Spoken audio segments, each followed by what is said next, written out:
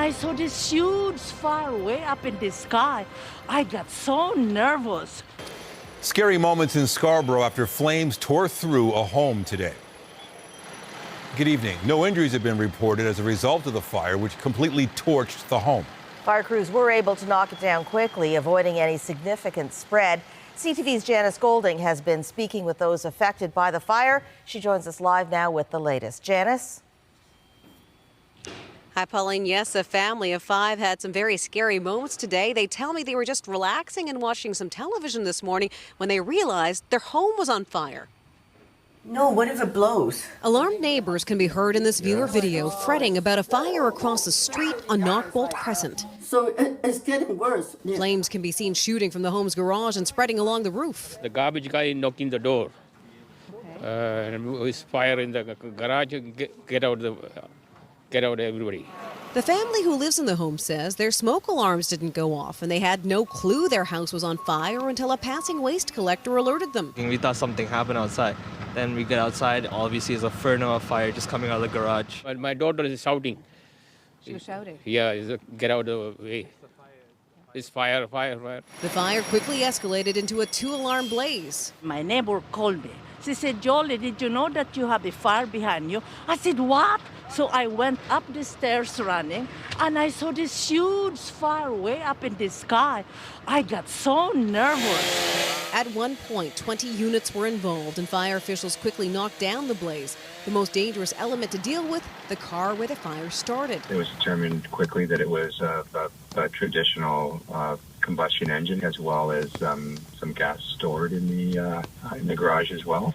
The family has lived in the home for more than 20 years. When I looked at this, I was like having a panic attack because this is my house. I've been living here since I was born. Oh, it's terrible. That's terrible. And while they're saddened by what's happened to their home, Thanks for the garbage truck guy.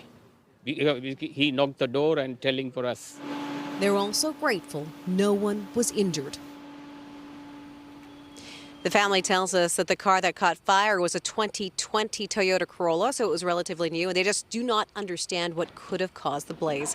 Reporting live from Janice Golding, now back to Nathan. Police are investigating an overnight stabbing in Cabbagetown.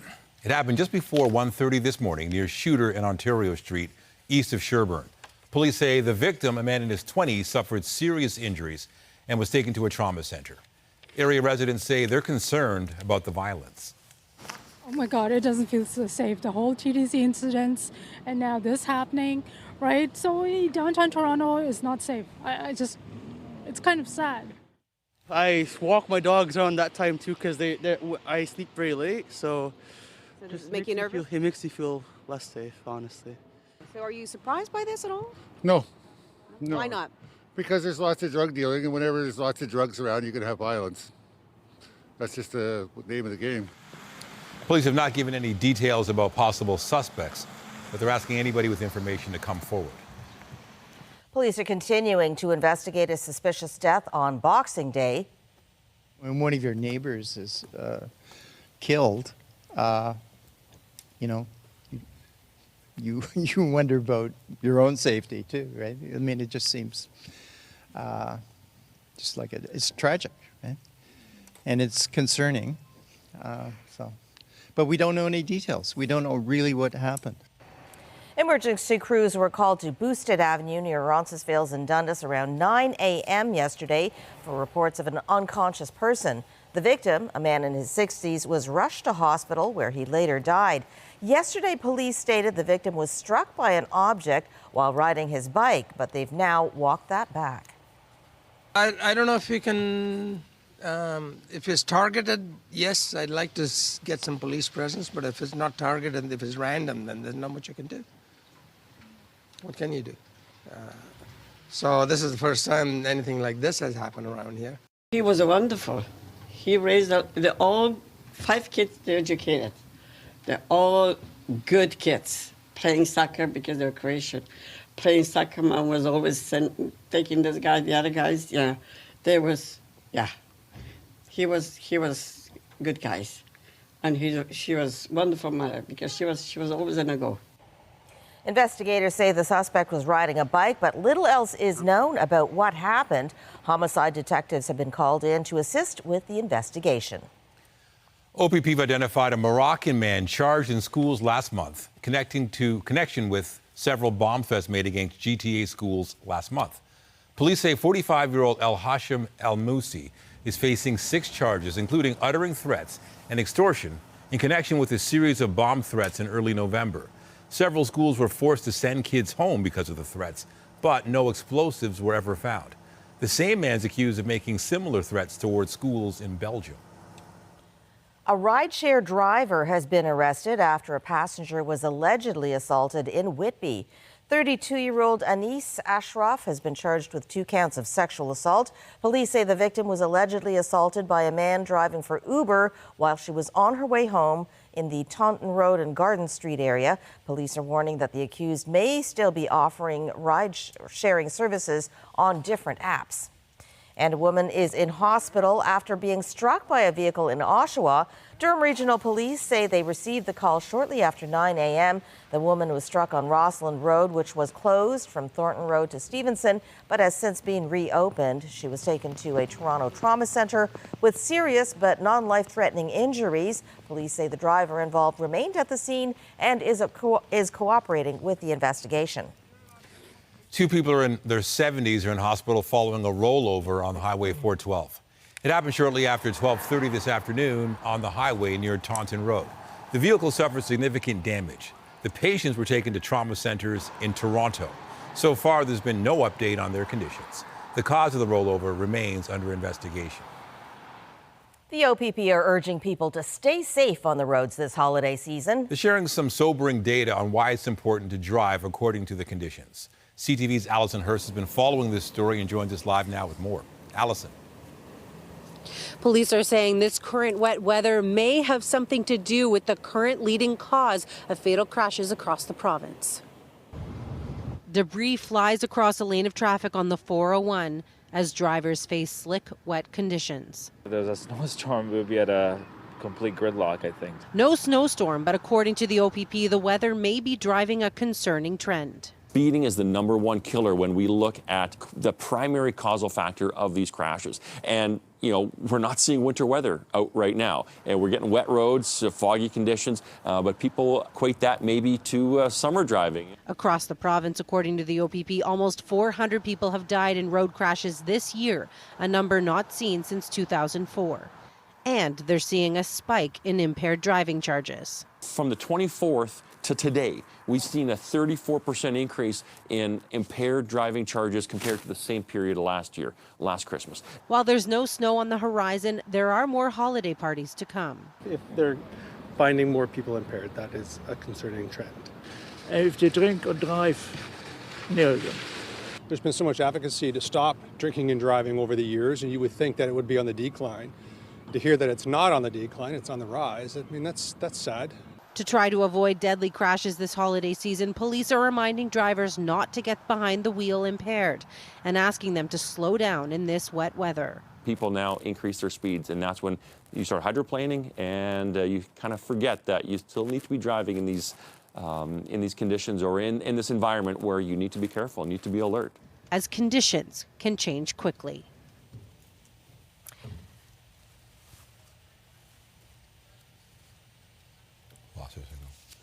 Say when you factor in all of the other numbers, everything else is trending up.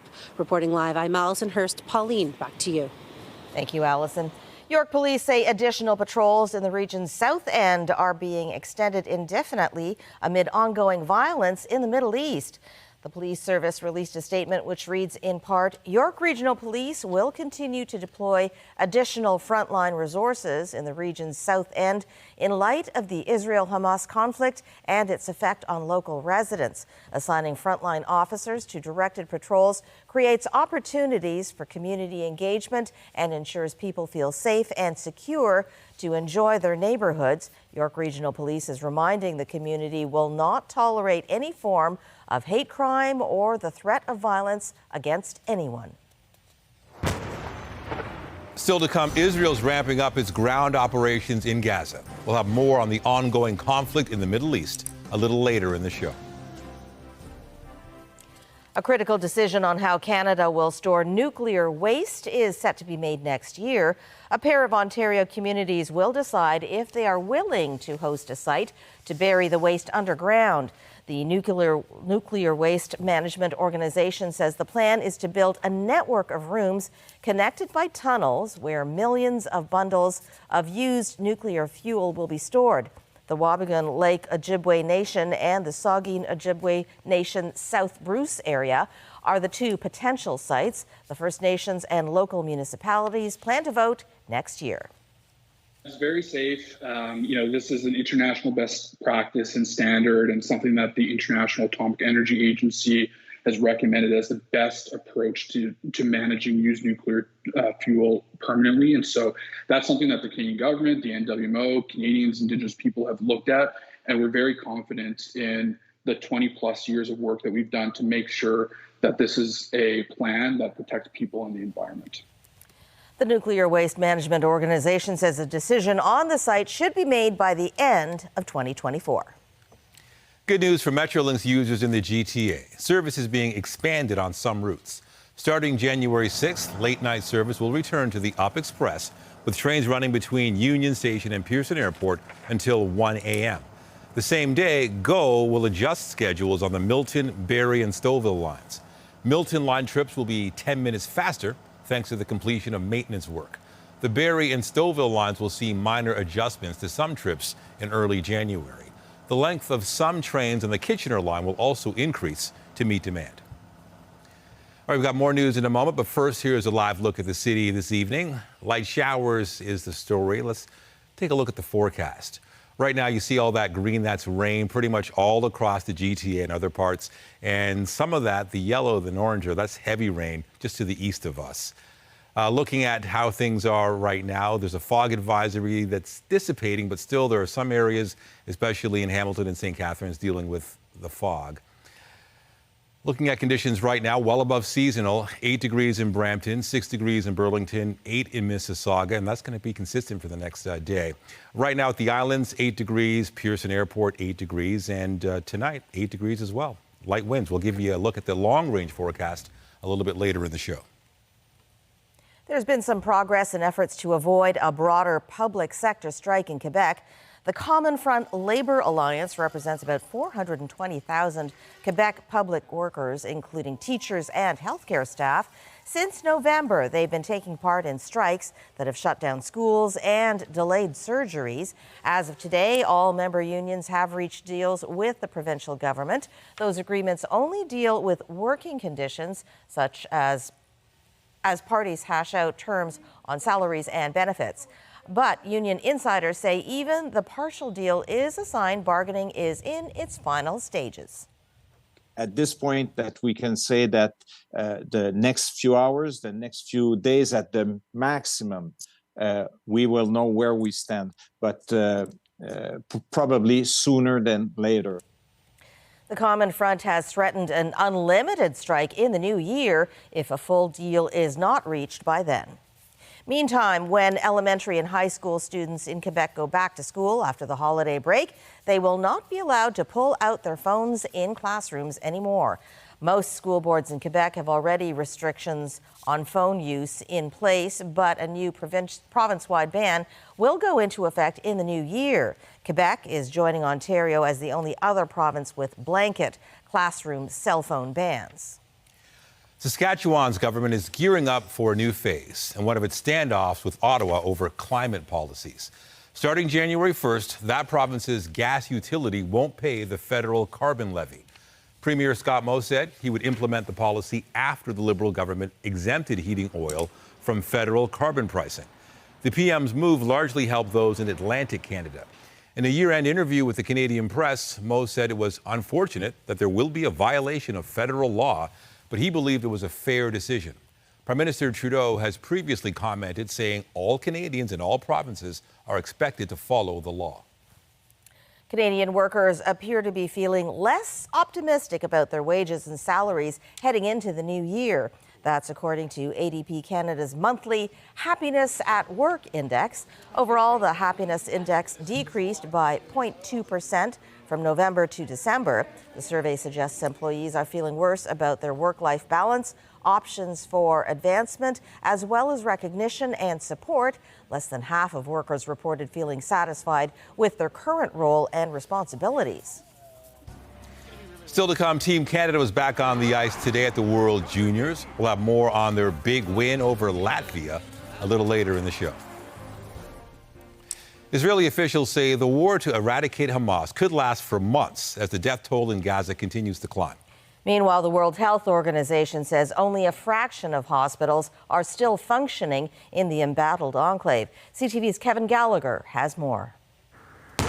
Israeli bombardments targeted refugee camps in central Gaza as its army released this video showing what it calls precision strikes from the land, air, and sea on Hamas targets. Still, a flood of injured men, women, and children are being treated inside the territory's largest refugee camp, established in 1948. As the Hamas-run Health Authority reports more than 21,000 in Gaza have died since the war started 11 weeks ago, after 1,200 Israelis were killed in a surprise attack. Of course, the numbers you get from Hamas, which are most likely exaggerated, but those numbers do not make a distinction between combatants and non-combatants. If you tell me we killed 200 people yesterday in Gaza and they're all terrorists, I'll tell you good.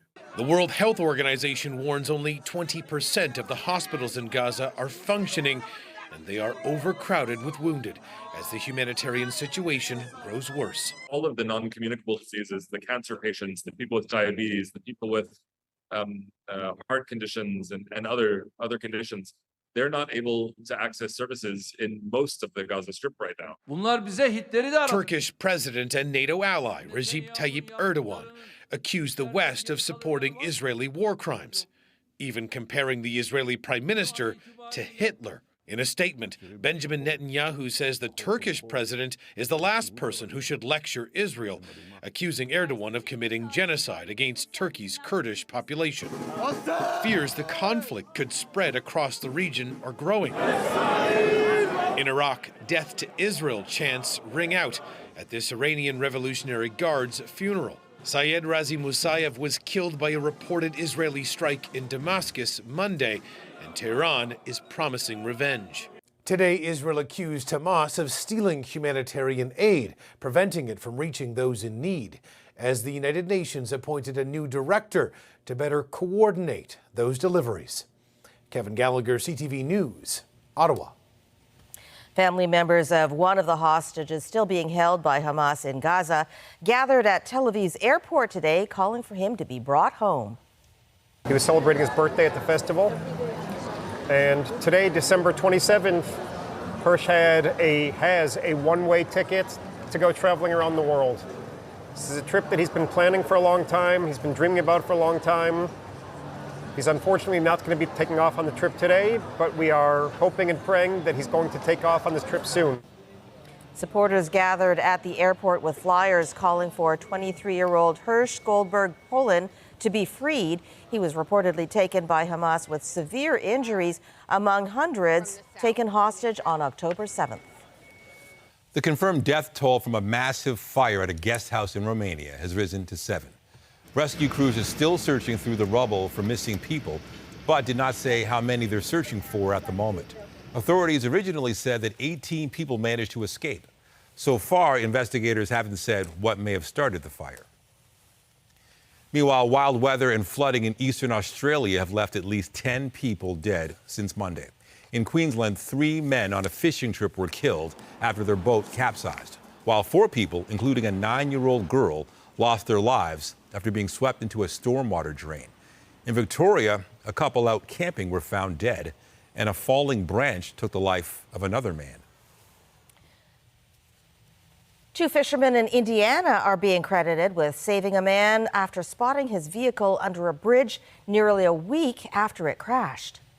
Looked inside and moved the white airbag, and there was a body in there. He said, "Get on the phone." I seen the person inside, the occupant, and my first instinct was to call, for help.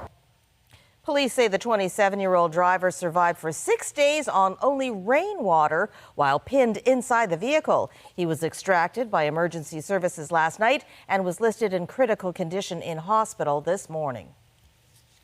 Also in the U.S., Michigan Supreme Court has rejected an effort to remove former President Donald Trump from the 2024 ballot.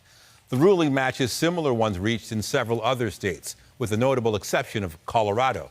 That state Supreme Court has ruled Trump cannot run because of a rule supporting insurrection. The ruling says Trump did so in his actions attempting to overturn his 2020 election loss to Joe Biden. Trump's campaign called Colorado's ruling an undemocratic move and vowed to fight it in the U.S. Supreme Court. The Michigan ruling didn't delve into whether the Capitol Hill riots were an insurrection or not. This was all based on procedural grounds, and that the Michigan Supreme Court believed that they were not the rightful place to actually adjudicate whether or not Donald Trump should be on the ballot. They believe that the state law does not actually address the issue of whether or not a candidate could actually serve on the ballot for a federal office. Disputes over 2024 are playing out as Trump faces election subversion charges in connection with the 2020 vote. As they try to assemble a jury, prosecutors today requested specific limits on what the former president can say in court. A filing from the Justice Department suggests Trump shouldn't be allowed to, quote, inject politics into the proceeding and spread disinformation. Trump has claimed charges against him are politically motivated. A high-level U.S. delegation met with Mexico's president today about the surge of migrants reaching their shared border. The team was headed by U.S. Secretary of State Antony Blinken and Homeland Security Secretary Alejandro Mayorkas. Mexico's President Andrés Manuel López Obrador has said he's willing to help limit the surge, but he wants to see progress in ties between Washington and Cuba and Venezuela. Those countries are two of the top sources of migrants. This month, as many as 10,000 migrants were arrested daily at the southwest U.S. border. A strike shut down access to the Eiffel Tower today. Visitors were barred from the Paris landmark as contract negotiations stall with workers at the site. Typically, the tower is open 365 days a year and would welcome about 20,000 visitors daily this time of year. Today also marks 100 years since the death of the monument's designer, Gustave Eiffel. With New Year's Eve just around the corner, New York City is putting the final touches on its preparations. A new lighting display was revealed for the Times Square New Year's Eve ball. It features a special bow tie pattern as a tribute to when Times Square used to be known as the bow tie. The New Year's Eve ball has a diameter of about 12 feet or around 3.5 meters. It weighs nearly 12,000 pounds or 5,400 kilograms, all on display as the world counts down to midnight. NASA has captured a picture of so-called spokes on Saturn's famous rings. The rare phenomenon can only be seen for 2 or 3 rotations of the planet, which takes about 30 hours. The spokes appear as shadows on either side of the planet, between it and its rings. Scientists aren't exactly sure how the spokes are formed, but believe it's related to Saturn's magnetic field. And coming up, the Maple Leafs are looking to continue their winning ways as they return from a Christmas break. We'll have a preview of tonight's game against Ottawa when we come back. I'm Pat Foran. Coming up on Consumer Alert, if you didn't get everything you wanted for Christmas, you may be looking to find a deal on something you were hoping to get. A favorite for many are tech gifts. Consumer Reports has their best choices in the tech space. I'll have my reports. That's just ahead.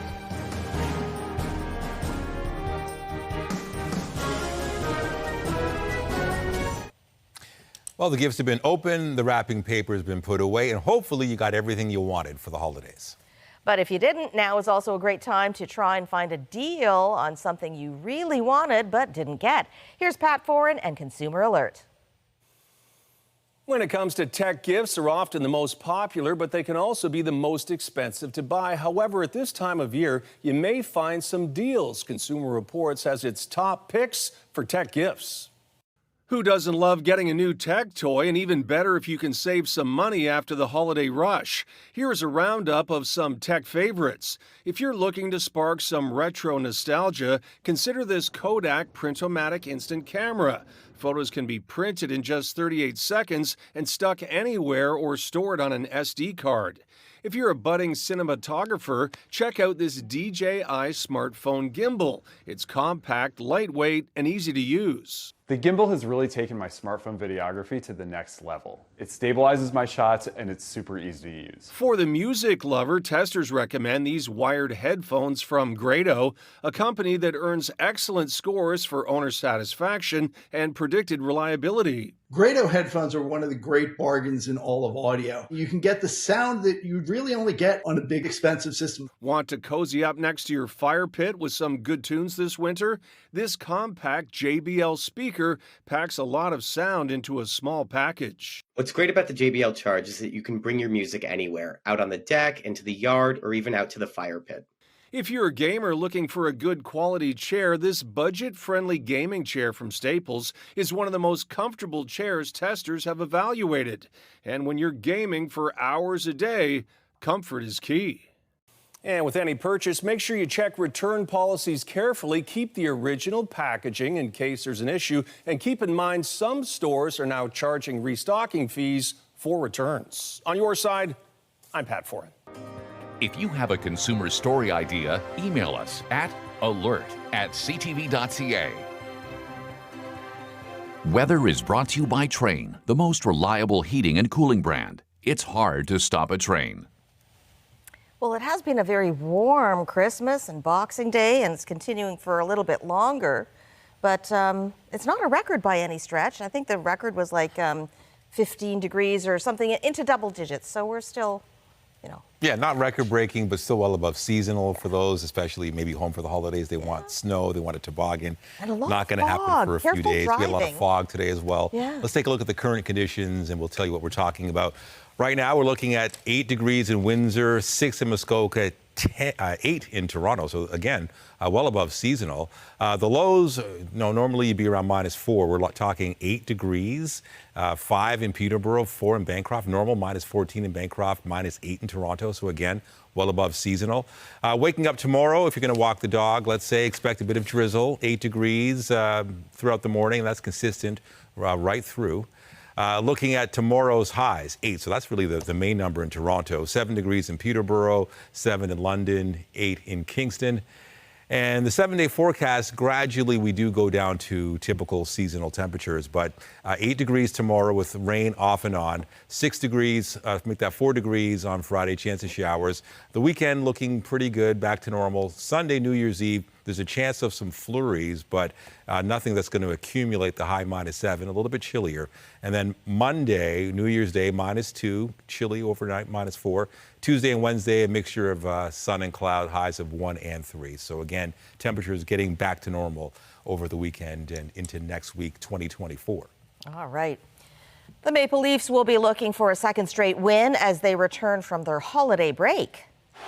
Stayed on with intense pressure. Matthews scores, got another, and he is double dipped again.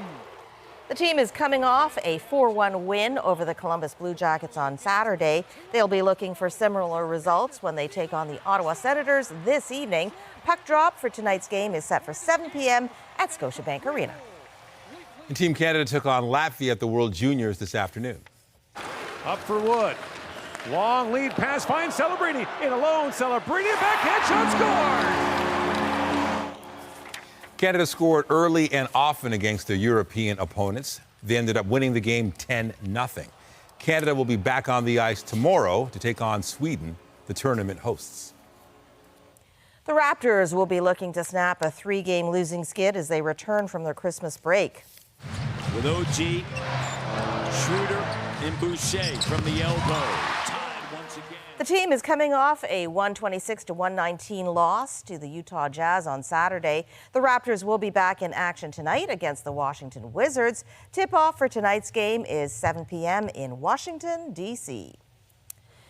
And Mark Cuban's sale of the controlling interest in the Dallas Mavericks has been approved. The NBA Board of Governors greenlit the sale to the families of Dr. Miriam Adelson and Sivan and Patrick Dumont. The Adelson and Dumont families control Las Vegas Sands, a large casino empire. Cuban is expected to maintain a significant role within the Mavs organization. The deal is reportedly worth about $3.5 billion U.S. Cuban bought a majority stake in the Mavericks in 2000 for $285 million. Blue Jays made a couple of additions to their roster this offseason. The teams reportedly signed utility player Isaiah Kiner-Falefa to a 2-year deal worth $15 million. The 29-year-old spent the last 2 seasons with the New York Yankees. Kiner-Falefa is a former Gold Glove winner who can play multiple positions in both the infield and outfield. And yesterday it was announced that the Jays had agreed to a deal to bring back outfielder Kevin Kiermaier. The 33-year-old accepted a 1-year deal worth $10.5 million. Kiermaier, who's known for his solid defense in center field, also put up one of the best offensive seasons of his career last year. Sports editors and broadcasters across the country have chosen 17-year-old swimmer Summer McIntosh as the Canadian Press Female Athlete of the Year. McIntosh won 2 gold medals at the World Championships while also setting 2 world records this year. The Canadian Press Male Athlete of the Year will be announced tomorrow, and the Team of the Year will be announced on Friday. Olympic swimmer Maggie McNeil's taken on a new role, serving as an advocate for athletes with asthma. Especially being in a chlorinated environment has definitely not helped my asthma, that's for sure. But yeah, overall it's a challenge just because it is an endurance sport. And I used to swim more long distance events, but then I kind of switched to short sprints. And obviously the 100 butterfly has become my signature event. And it wasn't one of my main events back in the day before I had asthma. So I guess asthma forced me to focus on that because that's the only event that I could kind of finish without any breathing troubles. McNeil, a London, Ontario native, set a record at the 2023 Pan Am Games by winning 5 gold medals. That's the most gold medals ever won by a Canadian at a single edition of the Pan Am Games. McNeil is set to represent Canada at the Summer Olympics in Paris next year. And coming up, Ottawa area hospitals are experiencing significant wait times. We'll have more on the reasons for the backlog when we come back.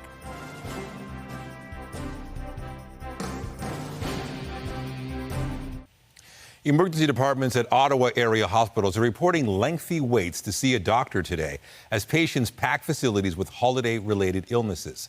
The Children's Hospital of Eastern Ontario is reporting wait times of up to 9 hours for a full assessment from a doctor.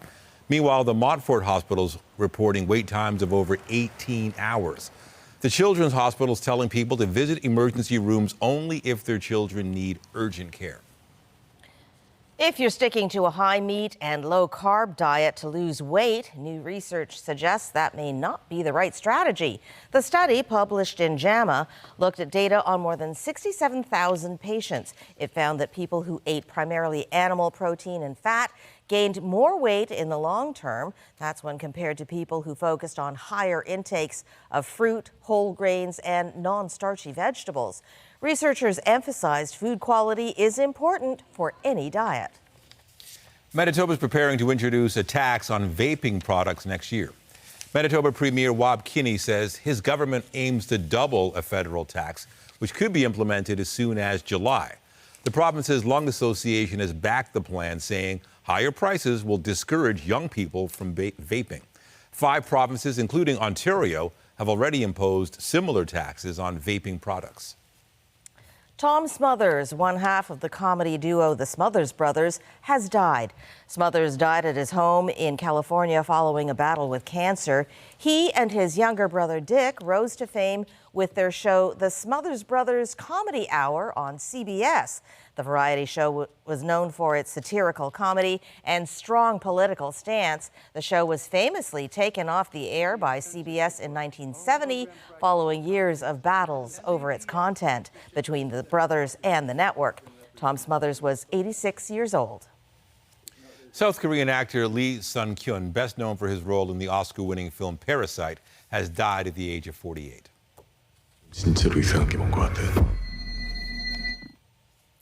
Police had been searching for Lee after receiving a report he'd been missing. Local outlets are reporting he left a note at home.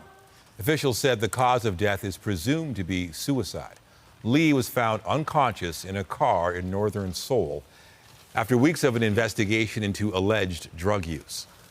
What's happening right now in South Korea, apparently, is that there's a crackdown on drug use. And a lot of the people that are being looked at are actors, they are socialites, they are wealthy, they are very much in the public eye. And Lee was one of those people who was targeted and is recently as yesterday had requested to have a polygraph test done. Lee's career spanned more than 2 decades. He rose to international fame for his role in Parasite, which won the Oscar for Best Picture in 2020. He's survived by his wife, 2 sons, and siblings. Lee's talent agency says his funeral will be held privately and attended by his family and colleagues. After a fan died at a Taylor Swift concert during sweltering heat in Brazil last month, officials are sharing new details about the investigation. A 23-year-old woman passed out during Swift's second song on November 17th and died hours later. Temperatures were about 40 degrees Celsius in Rio de Janeiro that day, and fans were not allowed to take their own water into the stadium. A forensics report found heat exposure led to cardiorespiratory arrest. Swift said the incident left her with a shattered heart. Some exciting news for Ariana Grande fans tonight. The pop star has a new album on the way.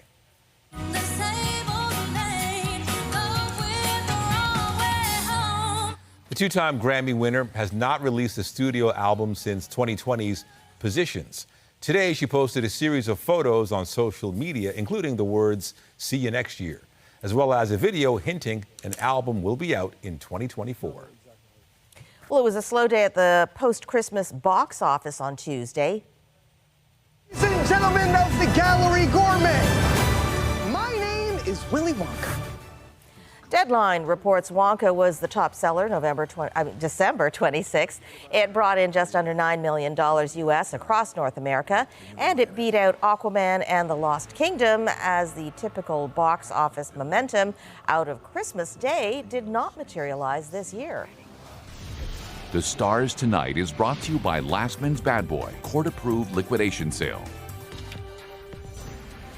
Coming up, the New York Times has launched legal action against ChatGPT, as well as its biggest investor. We'll have more on that and the day's other business news with B&M Bloomberg when we come back.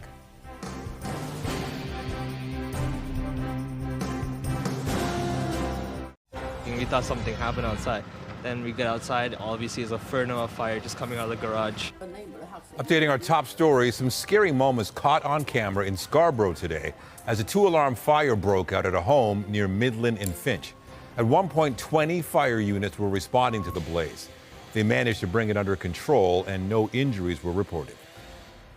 Today, we've seen a 34% increase in impaired driving charges compared to the same period last year, last Christmas. Some sobering statistics from OPP, who say it's never a good idea to get behind the wheel impaired. As ride checks continue this holiday season, police also advise slowing down and paying attention to the road amid the ongoing wet weather. It's very safe. This is an international best practice and standard. And 2 Ontario communities will vote next year on whether to allow nuclear waste to be buried underground. The Wabigoon Lake Ojibwe Nation and the Saugeen Ojibwe Nation South Bruce area are the 2 potential sites. The Nuclear Waste Management Organization says a decision should be made by the end of 2024. And remember to keep up to date day and night through our website, ctvnewstoronto.ca, and by downloading the CTV News app. And if you happen to have a news tip, photos, or video of breaking news, let us know. In business, the New York Times is suing the maker of the artificial intelligence-powered chatbot ChatGPT and its biggest investor. With more, here's Jacqueline Hansen from B&M Bloomberg. The New York Times says its articles have been used to train the popular AI chatbot ChatGPT without the publisher's permission.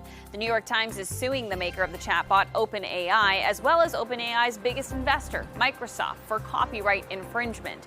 It claims that the companies are using the Times' content without payment to create products that substitute for the Times and steal audiences away from it. The New York Times doesn't specify how much money it is suing for, but it alleges the use of its content has caused billions of dollars in statutory and actual damages.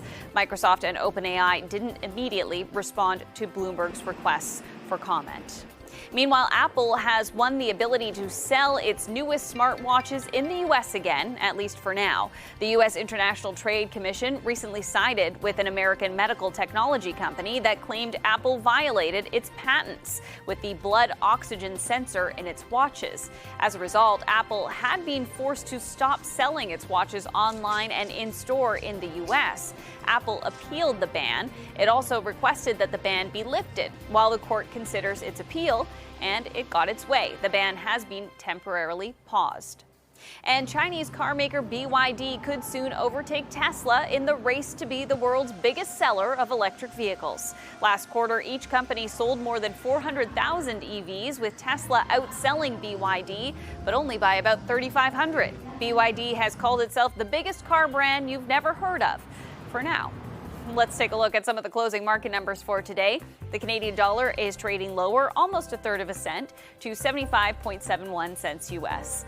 West Texas Intermediate oil declined almost $1.50 to roughly $74 U.S. a barrel.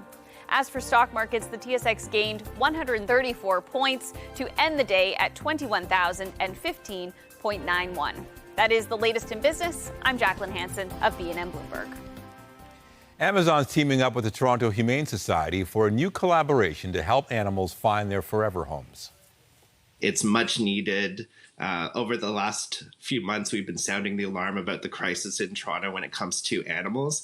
And animals need homes. And this collaboration really will make a difference in raising awareness, letting people know how they can help animals, and really change their lives for the better. The online delivery company is now a sponsorship partner for the animal shelter. The Humane Society says the sponsorship's valued at $100,000 and will support the organization's adoption program until August 14th. Ads are coming to another popular streaming service in this country. Back in September, Amazon Prime Video announced plans to include what it calls limited ad interruptions to TV series and movies. In an email to members, the company set a start date of January 29th for those interruptions to begin in several countries, including Canada and the U.S., with others to follow. Similar to other services, Amazon will sell a pricier subscription without ads. Still to come, hitting the links indoors. Golfers across the GTA are staying in shape by enjoying their favorite pastime virtually. Tonight, a new prescription for Parkinson's. It takes the edge off the symptoms. Researchers reveal the benefits of fighting the disease with fitness. That's later on CTV National News. And a reminder, the CTV News at 6 podcast is available as a download every weeknight. And a special hello to those of you listening to the newscast live on News Talk 1010.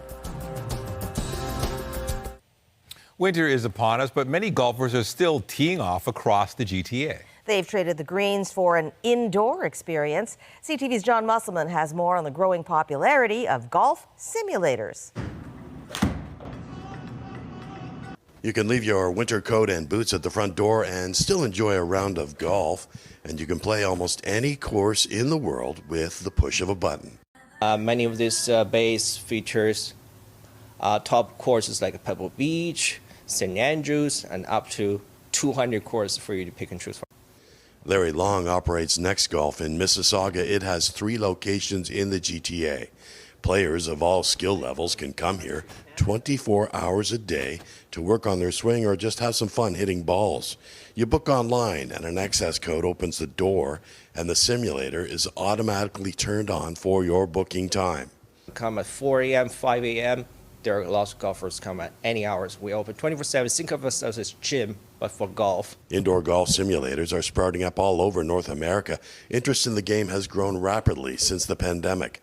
Next Golf offers lots of data for players looking to improve their game, spin rate, angle of attack on the ball, and a video review of your swing. You can also book lessons with a certified pro. So having a facility like this where we can actually see some data, see our own swing, helps a ton. We get aspiring tour pros to kind of average weekend warriors, as they say, and kind of get them all in here, same spot, helping each other out. It's a fun time. Next Golf plans to open up 5 more locations across the country next year to meet the growing demand for indoor golf. John Musselman, CTV News. Well, here's another live look at the city. There is Nathan Phillips Square. Some people out skating, but there is a little bit of mist, a little bit of drizzle. Let's take one final look at the forecast. And there's a fog advisory in effect in some areas. It is dissipating, and eventually it's going to go away later tonight, but still a concern, especially just west and north in some areas. Looking at conditions right now, 7 degrees in Waterloo, 11 in Welland, 10 in Innisfil, 8 in Toronto. Again, well above seasonal. And let's check out the long-range 7-day forecast. Drizzle tonight, overnight, and into tomorrow. 60% chance of showers on Friday. The high 4 degrees. For the weekend, highs of 2 and -1. If you're heading out New Year's Eve, expect a possibility of some light flurries, but the road should be relatively okay. Monday, the high -2. A mixture of sun and cloud on Tuesday and Wednesday, and more seasonable temperatures. But 3 on Wednesday, a little bit above seasonal. All right, thanks, Nathan. And be sure to join Morella Fernandez tonight at 11 for CTV National News, followed by Natalie Johnson with our next local newscast at 11:30. In the meantime, our coverage continues anytime on CP24 and online at ctvnewstoronto.ca. For all of us at CTV News, thank you for watching and have a very good night.